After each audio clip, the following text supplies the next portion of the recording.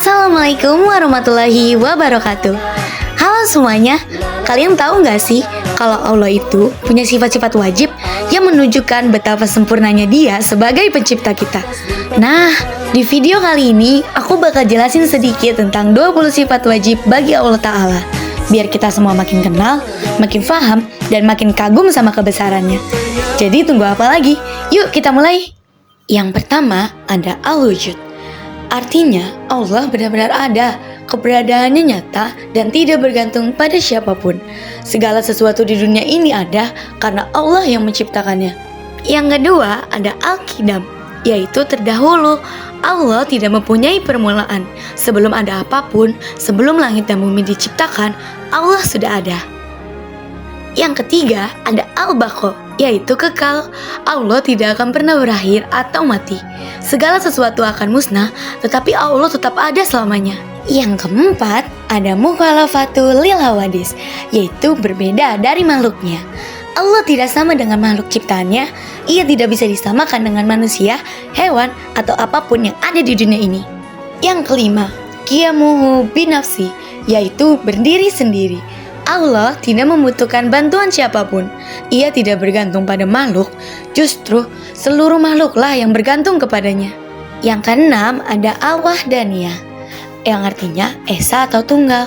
Allah hanya satu, tidak ada Tuhan lain selain Dia, tidak punya anak, istri, atau sekutu dalam kekuasaannya. Yang ketujuh ada al-qudrah, yaitu berkuasa. Allah Maha Kuasa atas segala sesuatu. Tidak ada yang mustahil baginya.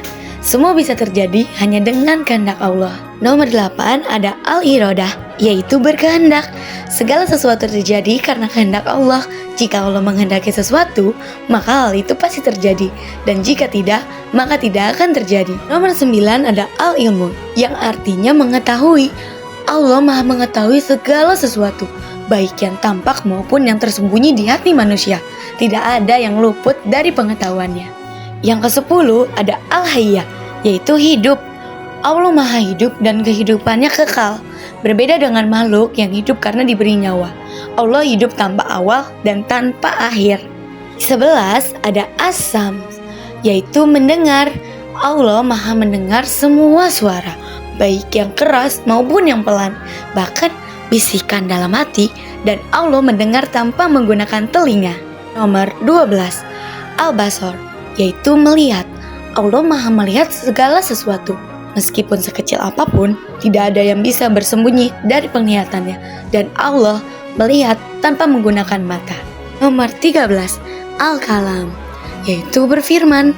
Allah dapat berbicara atau berfirman. Namun tidak seperti manusia yang membutuhkan suara atau huruf. Firman Allah disampaikan kepada para nabi melalui wahyu. 14 ada kaunuhu qadiran, yaitu keadaan berkuasa. Allah adalah zat yang memiliki kekuasaan penuh atas segalanya. Tidak ada satupun makhluk yang dapat menandingi kekuasaannya. Nomor 15 kaunuhu muridan, yaitu dalam keadaan berkehendak. Allah bebas menentukan segala sesuatu. Semua terjadi karena kehendak dan rencananya yang sempurna.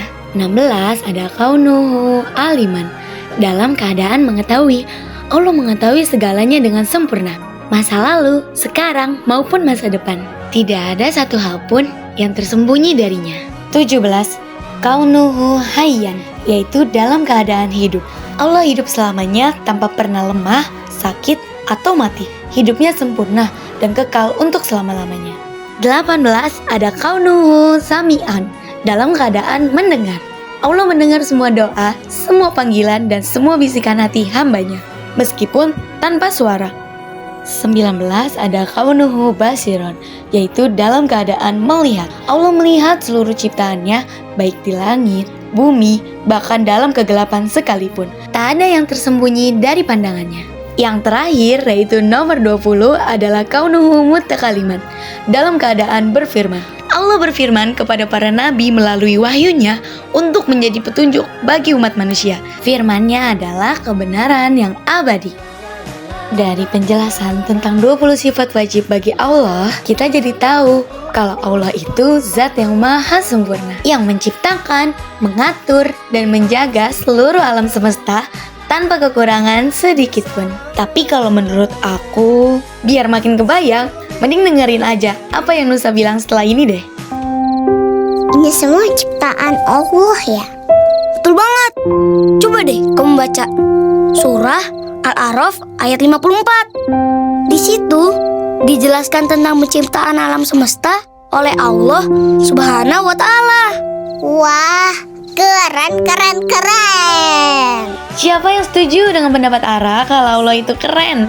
Udah pasti kita semua setuju dong. Dan sebagaimana yang dibacakan Nusa dalam surat tadi, seluruh ciptaan di langit dan di bumi adalah tanda kebesaran Allah. Semoga dengan mengenal sifat-sifat Allah, kita semakin yakin akan keagungannya, semakin taat dalam beribadah, dan semakin dekat kepadanya.